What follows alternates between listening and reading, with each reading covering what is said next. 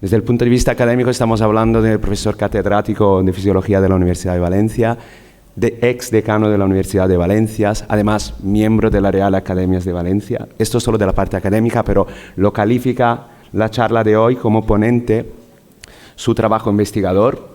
Ha sido coordinador de los laboratorios de investigación del INCLIVA por más de 10 años. Es jefe del grupo Ciber de enfermedades raras. Tiene más de 180 publicaciones, más de 20 tesis doctorales, un índice H de más de 50, 9.000 citas. Pero además me gustaría también matizar que todo este trabajo, que muchas veces parece que sea articulitis, también se refleja en que es fundador de una empresa de biotecnología y posee varias patentes internacionales donde se aplican sus conocimientos y sus investigaciones. Muchas gracias. Ya te dejo la palabra para que nos cuente un día con un investigador. Gracias, Marco. Esto es una forma muy elegante de decir que soy ya viejo. Yo soy el otro doctor Pallardó, no el famoso doctor Pallardó. Y algunos de vosotros, los que sois jóvenes o menos jóvenes ya, me habéis sufrido como profesor de fisiología hace ya tiempo. Y lo que he disfrutado esta mañana cuando he estado con vosotros es que sabéis mucha fisiología, ¿vale? Y yo creo que esa es una de las cosas que justifica que un médico de ratas, como me llaman mis hijas, esté aquí hablándoos a médicos de verdad como vosotros. José Luis, que me aprecia mucho, me puso como título Un día en la vida de un investigador básico, que en realidad era lo que me preguntaba mi suegro. Me decía, ¿pero tú allí qué haces? Yo lo he traducido a investigación translacional en nefrología porque creo que es lo que os puede interesar. Y sobre todo, al principio os traigo unas cuantas diapositivas para que veáis lo que está pasando desde que Luis Pallardó se ha jubilado.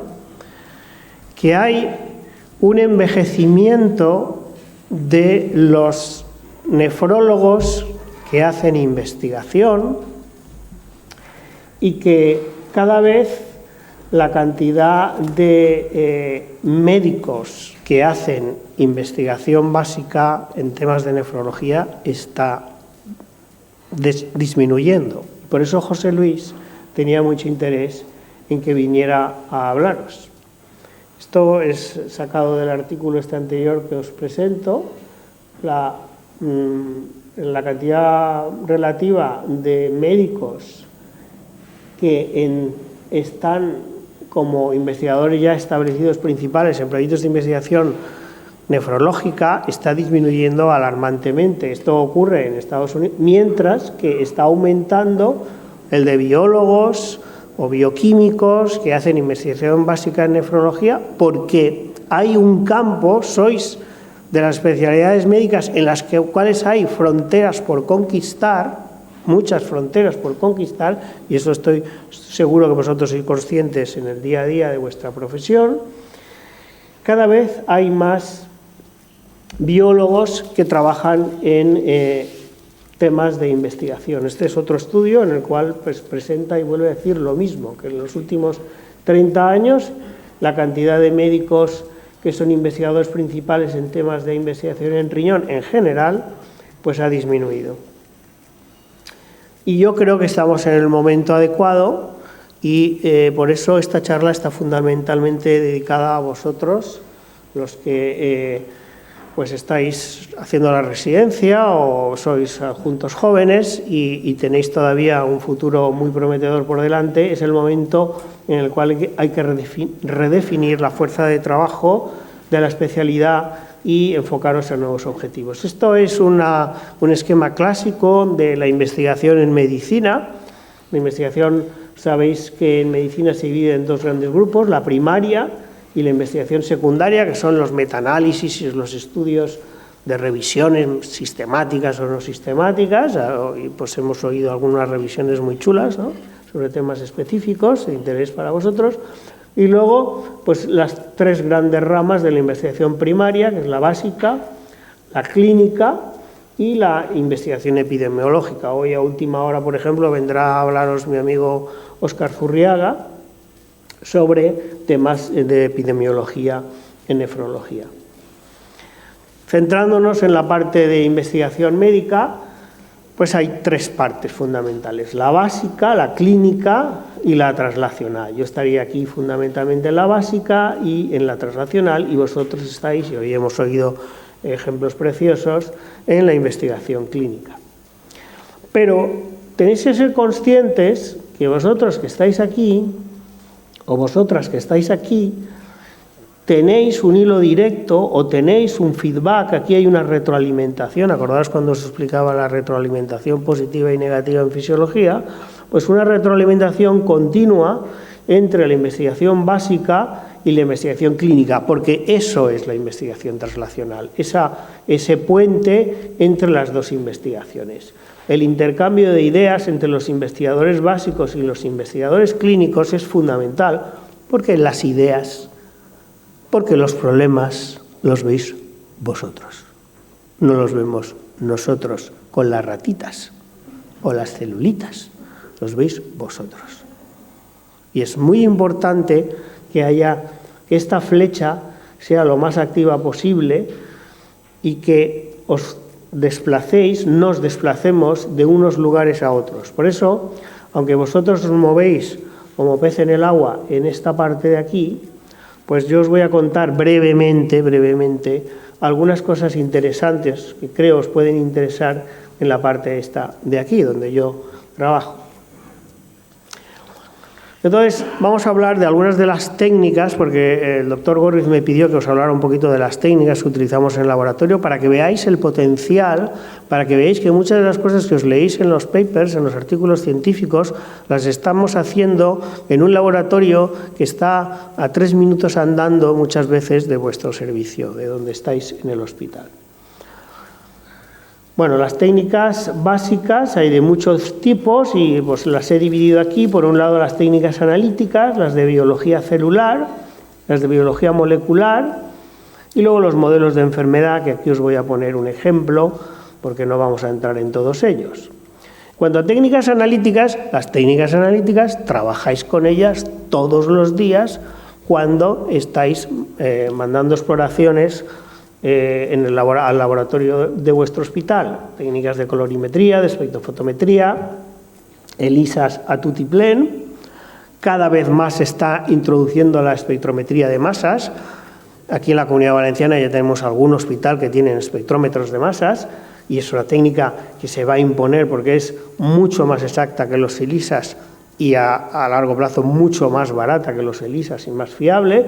Y por supuesto la citometría de flujo, que ya sé que lo utilizáis habitualmente, son técnicas habituales que además están muy robotizadas, muy estandarizadas, que se puede hacer un rendimiento muy alto de ellas y que ofrecen unos resultados muy buenos.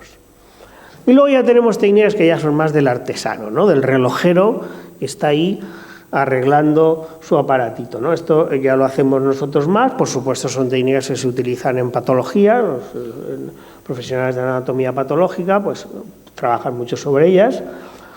Técnicas morfológicas celulares, fundamentalmente mediadas a través de microscopía pues desde luz invertida, que es la que hacéis en prácticas en la facultad, a fluorescencia, microscopía confocal, que es a través de rayos láser. Os voy a enseñar algunas imágenes, o por supuesto la microscopía electrónica.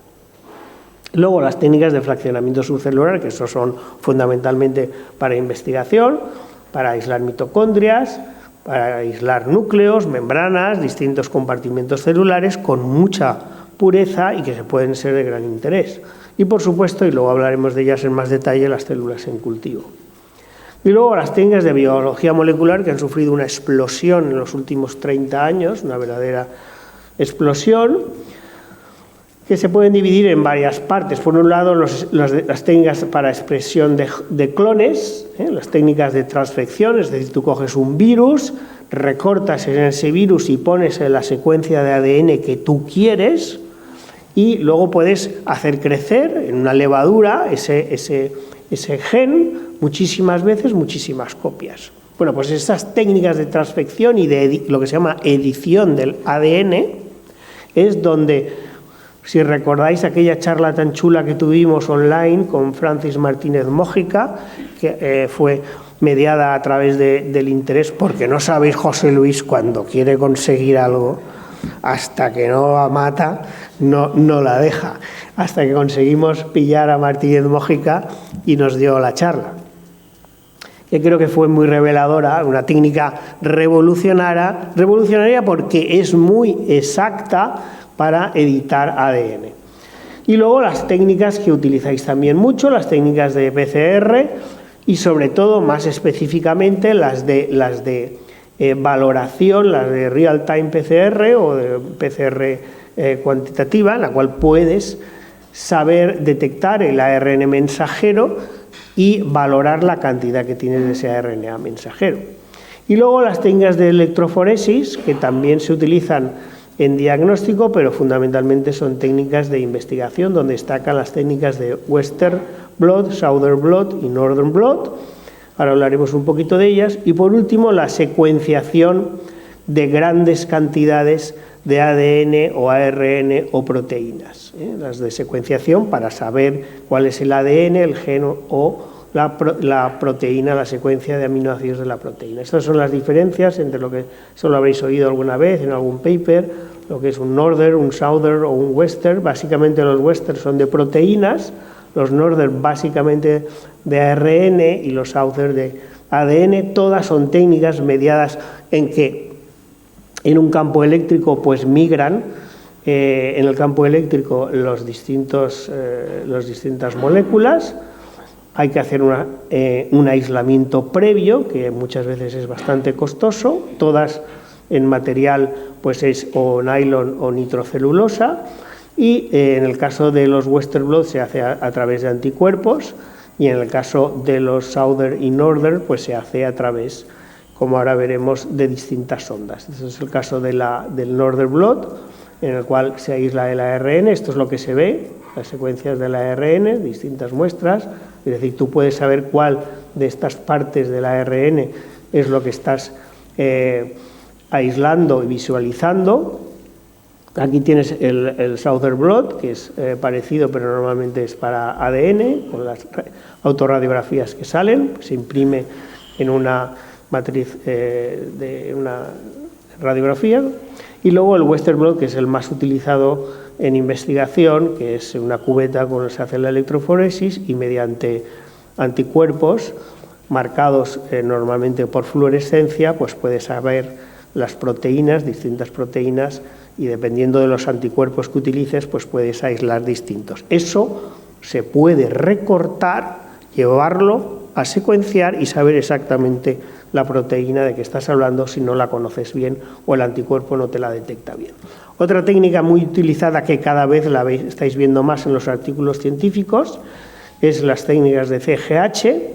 Es un método citogenético para el estudio de las copy number variation. Las copy number variation, que sabéis que están muy de moda ahora, porque no se sabe si pueden ser patológicas o son fisiológicas, dependiendo de poblaciones. Lo que acabamos de oír de si los chinos o los occidentales y que el comportamiento es distinto, pues se debe en gran parte a las copy number variation que tenemos, que dependiendo de la población de que estemos hablando son distintas. Entonces hay variaciones en la secuencia de estos genes que pueden ser o no patológicas, y esto cada vez tiene más interés.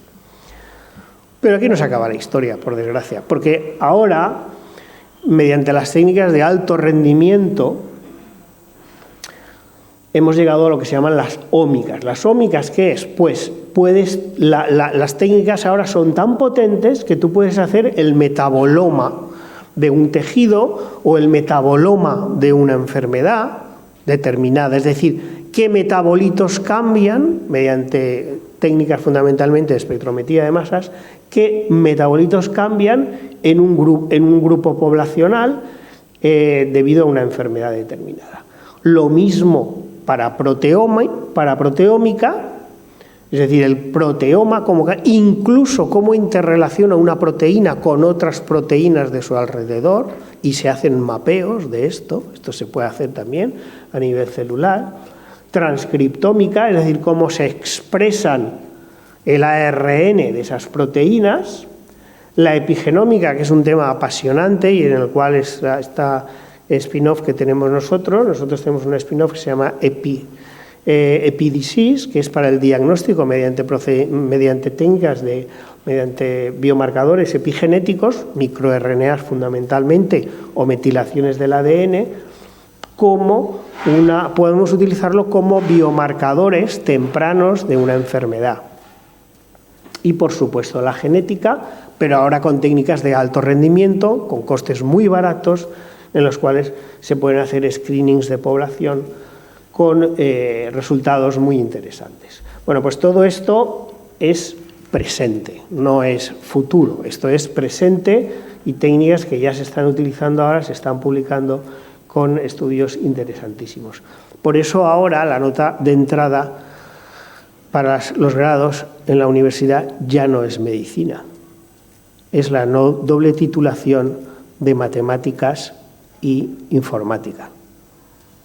Porque ahora lo que se necesitan son algoritmos diagnósticos, algoritmos para interpretar este lío, porque es un lío, porque son millones y millones de datos que hay que procesar, ordenar y dar un sentido y correlacionar con vuestros datos clínicos. Por eso nosotros ahora en el grupo de investigación cada vez tengo más matemáticos. Yo ya tengo 3 matemáticos o bioinformáticos, pero son gente que me vienen de ingenierías. Bien, y aterrizamos un poquito ya en la Tierra y vamos, esto fue una conversación de estas locas que tenemos José Luis y yo de cuando en cuando. Yo le dije, José Luis, estamos haciendo, porque nosotros trabajamos mucho con el servicio con los intensivistas del clínico y ahí tenemos una línea de investigación sobre sepsis, en el cual estamos haciendo parámetros de estos biomarcadores de sepsis para el diagnóstico temprano de la sepsis, tanto en adultos como en niños. Y Rebeca Osca, que es biotecnóloga,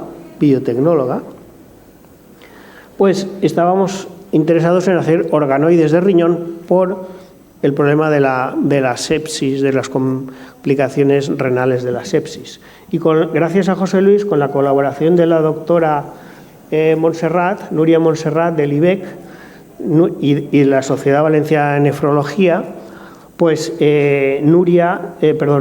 Rebeca se fue al laboratorio de la doctora Montserrat a Barcelona. Este es el trabajo originario que nosotros queríamos hacer, ver el papel de las histonas, porque las histonas sabéis que son muy tóxicas y aumentan mucho, se dispara mucho en la sepsis. Pues queríamos coger histonas y echárselas al organoide, a ver si se fastidia igual que se fastidia en otros tejidos. Y esto es la idea. Utilizamos células HEC de riñón y células Juve, que son de cordón umbilical humano, y esta es la idea. La idea es, a partir de estas células, pues desarrollar un organoide.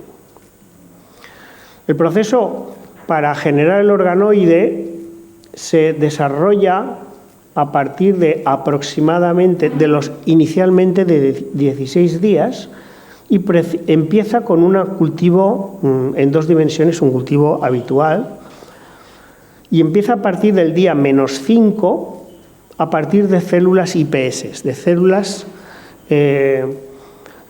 STEM, de células totipotenciales humanas.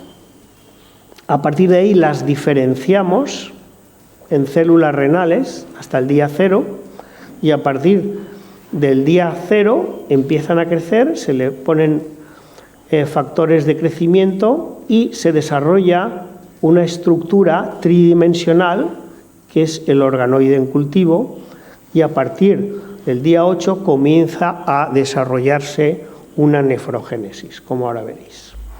Pues bueno, desde el día -5, estos ya son resultados sacados aquí en la Facultad de Medicina de Valencia, en el laboratorio nuestro, los cultivos en 2 dimensiones, esos iniciales que os decía, a partir de células de estas STEM, células totipotenciales, empezamos a crecer, aquí hay muy poquitas, van desarrollándose, y a partir del día 3 ya se forma una primera estructura que se queda pegada a la placa, empieza a crecer, se forman las vesículas renales, las primeras vesículas renales, ahí las tenéis, y hasta el día 16 comienzan a formarse unas estructuras que remedan ya túbulos renales, estructuras tubulares, comienzan a formarse estructuras parecidas a cápsulas y glomérulos renales.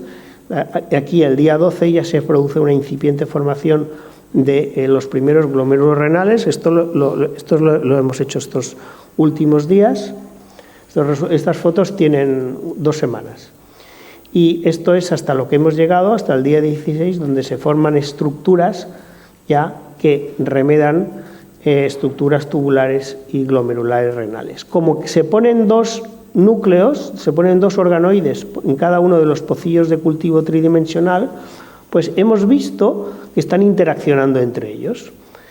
Entre uno y otros interaccionan y se forma, empiezan a liberar como un líquido que parece que están filtrando y que lo liberan a la estructura que se forma entre uno de los organoides y otro organoide. Tenemos que analizar qué es este líquido que se forma aquí, a ver qué características, parece que sea una especie de ultrafiltrado.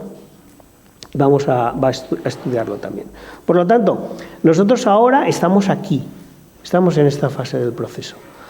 Además, aquí resulta que Rebeca ha tenido COVID y se ha tenido que ir a casa, pero se nos han quedado las células aquí, pero la verdad es que aquí es donde se tenían que quedar, es decir, que hasta aquí tenemos unas estructuras que lo que tenemos que hacer ahora es realmente caracterizarlas, es decir, hay que con una serie de anticuerpos que marcan primero que estas son células indiferenciadas, esto ya lo hemos hecho, células que indican que estas son células IPS, y estas son células ya diferenciadas y marcadoras de células tubulares renales mediante técnicas de anticuerpos.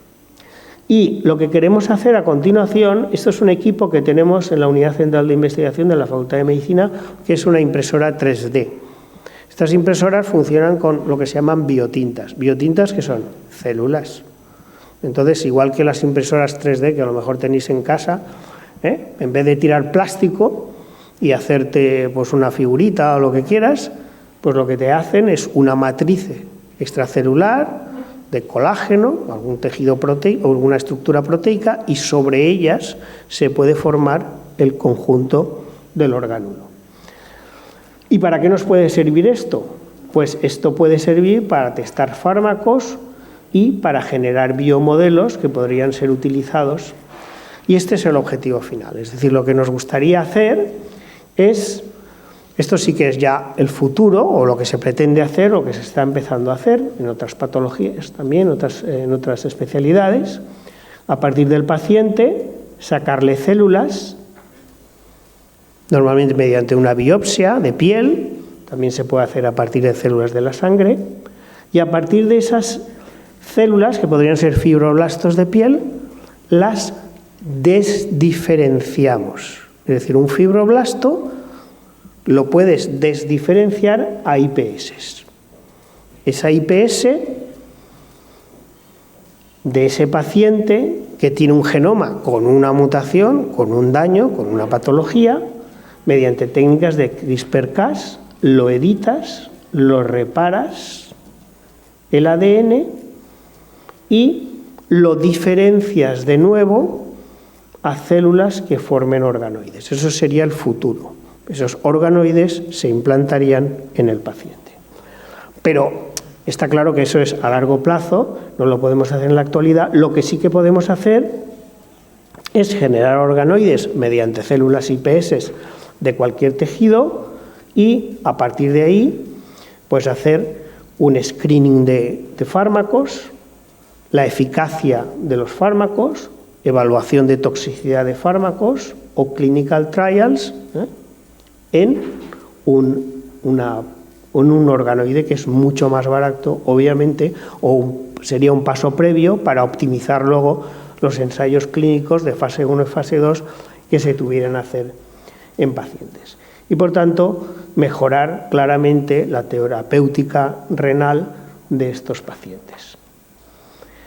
Por eso, lo que yo hago desde aquí, lo que queremos hacer es un llamamiento a las jefaturas de servicio y a vosotros, los residentes, porque tenéis la oportunidad de hacer investigación de alto nivel, tenéis la oportunidad de hacer tesis doctorales y tenéis la oportunidad de desarrollar productos científicos, investigaciones de temas que os interesen concretamente, porque tenéis, vuestro servicio se ha especializado en temas específicos dentro de la patología renal. Este tipo de herramientas, igual que la colaboración con investigadores básicos especializados en otras cosas, podría ser yo creo, un momento clave e importante para vuestro futuro profesional. Yo creo que los oncólogos, sobre todo, y los cardiólogos, han sido los pioneros en la interrelación entre investigación básica e investigación clínica, eso que han llamado la biopsia líquida, ¿no? Y que no paran de hablar de la biopsia líquida. La biopsia líquida en investigación básica se hacía desde hacía muchísimos años, pero es verdad que se puede sacar muchísima información y que las potencias de las técnicas actuales de investigación os permite a vosotros, que sabéis dónde está el problema del paciente, que sabéis dónde están los puntos clave donde se puede interactuar y donde es necesario la investigación básica, interactuar con nosotros, con los investigadores de las ratitas y las celulitas, porque no estamos tan lejos. Estamos en la puerta de al lado y estamos esperando que llaméis a nuestra puerta. Muchas gracias por vuestra atención. Si hay alguna pregunta.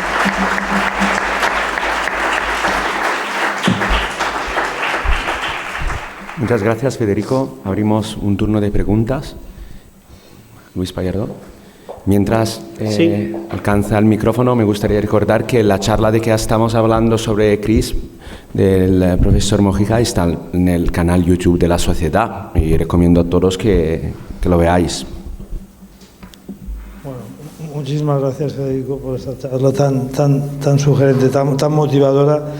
Y ver que efectivamente, pues esto, en fin, no hay que ir a la joya para iniciarse. Evidentemente, pues es una meca a la que uno puede aspirar, pero que, como tú bien dices, ¿no? Pues en nuestro entorno.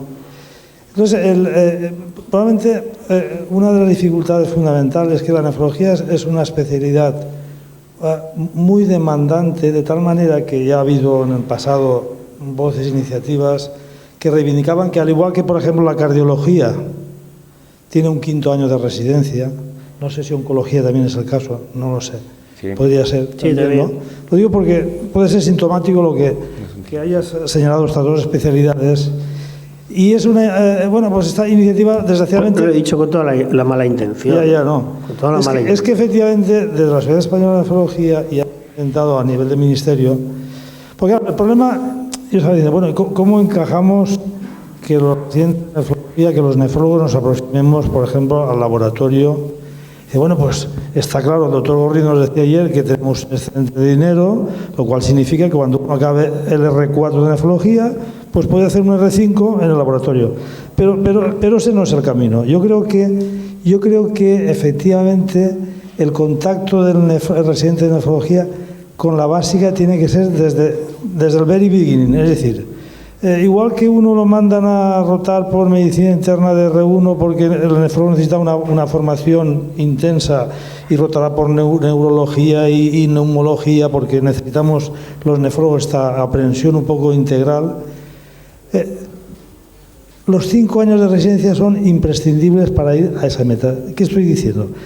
Que de R1, pues a lo mejor es bueno que el residente vaya 3 meses al laboratorio de fisiología, dentro del programa de rotación. y a lo mejor de R3 o R4 vuelve hasta 3 meses, de tal manera que forme parte de la normalidad, esta simbiosis laboratorio, porque efectivamente aquellos que tengan esa capacidad un poco investigadora más básica, sin que rompa con la clínica, lo verán como una evolución natural. Cuando acabes la residencia, sin perjuicio de que tú vayas a la clínica, siempre tendrás ese nexo de unión con el laboratorio. Sí, pero Luis, yo por eso he puesto un llamamiento a los jefes de servicio, a las jefaturas de servicio, porque claro, todo eso pasa porque la jefatura de servicio, obviamente, y la gerencia del hospital, y obviamente, y la cola que tienes de pacientes, obviamente, y los problemas del COVID, todo eso hay que gestionarlo. Pero si las jefaturas de los servicios apoyan, o sea, ahora nosotros tenemos a una residente que acaba ahora de neumología, de Jaime Signes, del Clínico de Valencia, que está acabando un proyecto y lo está haciendo con nosotros. Ella tenía su tesis casi acabada, pero había una parte que le podíamos ayudar y le estamos ayudando, y vienen unos ratitos, le hemos enseñado a hacer una técnica, pero tampoco hace falta que el residente haga la técnica exactamente, simplemente que la entienda, la comprenda, sepa lo que está midiendo, porque yo sé que tener una buena hoja Excel con todos los pacientes bien caracterizados, bien estudiados, eso para nosotros es valiosísimo, porque ya te he dicho que luego nosotros todos esos resultados se los mandamos a un matemático y al final resulta que dice, mira, resulta que el que le tenía la creatinina más alta y tal, ese se correlaciona con no sé qué proteína, le hemos hecho un estudio proteómico y luego te salen unas cosas interesantísimas. No es una especie de serendipity de esta que dicen, ¿no? Pero han salido cosas muy chulas en ese sentido. No estamos hablando de que haya que hacer organoides, no hace falta hacer organoides. Organoides lo he puesto como un ejemplo porque lo estamos haciendo ahora con el apoyo de la Sociedad de Nefrología Valenciana y está saliendo chulo y es un ejemplo. Pero hay muchísimas cosas, muchísimo potencial en laboratorios, no tiene por qué ser el mío, en muchísimos laboratorios muy buenos básicos, en Alicante hay muy buenos, en Castellón, en muchos sitios de la Comunidad Valenciana, investigación básica de muchos tipos. He visto un trabajo de estrés oxidativo, yo he trabajado muchos años en estrés oxidativo. Hay muchas cosas que se pueden hacer, yo sé que tú has hecho muchas cosas, y que tiene obligatoriamente que ahora ser mejor que antes. Vosotros tuvisteis muchos problemas en tu momento y ellos tienen que, pese a todos los problemas que hay ahora, ser conscientes que a mí me da mucha rabia que tengan que irse. Yo me he ido afuera, tú te has ido fuera, nos hemos ido todos fuera, pero ¿por qué? Ellos pueden hacer aquí muchísimas cosas que nosotros tuvimos que hacer yéndonos fuera. Ellos lo pueden hacer aquí. Y no me vale que me digan, tengo mucho trabajo. Sí, tienes mucho trabajo, efectivamente.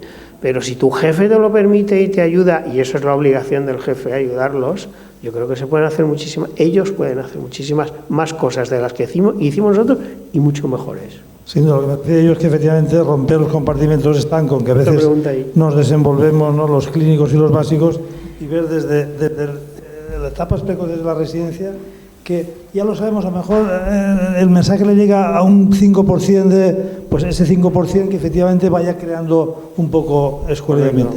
Gracias, Federico. Sí, una última pregunta, el doctor Bover, por favor.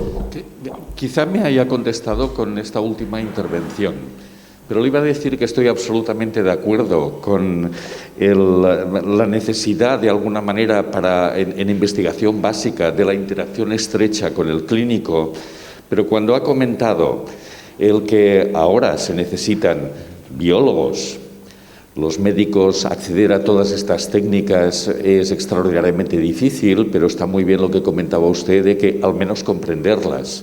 Pero sobre todo el problema lo veo en la necesidad de los matemáticos, en la necesidad de los ingenieros. Y a veces me pregunto, ¿un médico matemático no es un oxímoron? ¿No es como la música militar o como un muerto viviente? No, yo creo que no. No tenemos por qué ser matemáticos. Yo saqué un -1 en el primer examen, en el examen de bioestadística de primero de medicina. ¿Te acuerdas, José Luis? Con el profesor Bernardo, no se me olvidará nunca. Yo saqué -1. No sé nada de matemáticas. Pero cada uno zapatero a sus zapatos. Pero el problema lo sabéis vosotros. El problema, donde está el problema, donde está la patología, donde podéis ayudar al paciente, lo sabéis vosotros. No sabéis cómo, no sabemos la respuesta, no la sabemos los médicos, pero sí que tenemos los elementos. Y yo digo que hay unas personas, unos somos nosotros, que sabemos manejar estas técnicas y sabemos la pregunta que tienen ustedes, cómo se podría contestar, y cuando tenemos la información, que a veces es brutal la cantidad de información que hay, y que ni el médico ni el investigador básico la puede contestar, yo he hecho mano de un matemático que le digo, mira, yo tengo ahí esos datos y esos valores y creo que hay una correlación, porque tiene toda la pinta que el que tiene la histona H3 trimetilada en la lisina 27 tiene peor pronóstico y se muere antes. Porque al final acabas con eso. Tú quieres saber quién tiene peor pronóstico, quién tiene mejor pronóstico, a quién le va mejor este tratamiento y a quién le va peor este tratamiento. Lo hemos visto ahora, teníamos un estudio clínico con 3 fármacos y no se pueden comparar, no comparéis, no. Bueno, es que no, al final vamos a tener que comparar, porque yo quiero saber si le doy uno o que le doy otro. Entonces, esto lo hacen los matemáticos y lo hacen muy bien. Y te sacan petróleo de donde no lo hay. Entonces, todos tenemos nuestro papel, pero lo que tenemos que hacer es hablar. Lo que pasa es que los gerentes no nos dejan hablar. Porque tienen ahí, le dan en la plasta por lo que decían antes. Antes nos decían, no, ¿cómo vamos a tener a 2 médicos tratando al mismo paciente? No, pues si es que resultará que al final se van a morir menos. Oiga, pues entonces al gerente ya le interesa cuando le dices eso. Al gerente hay que hablarle en esos términos. Pero lo tenemos que hacer. A la última pregunta, corta, por favor. 30 segundos.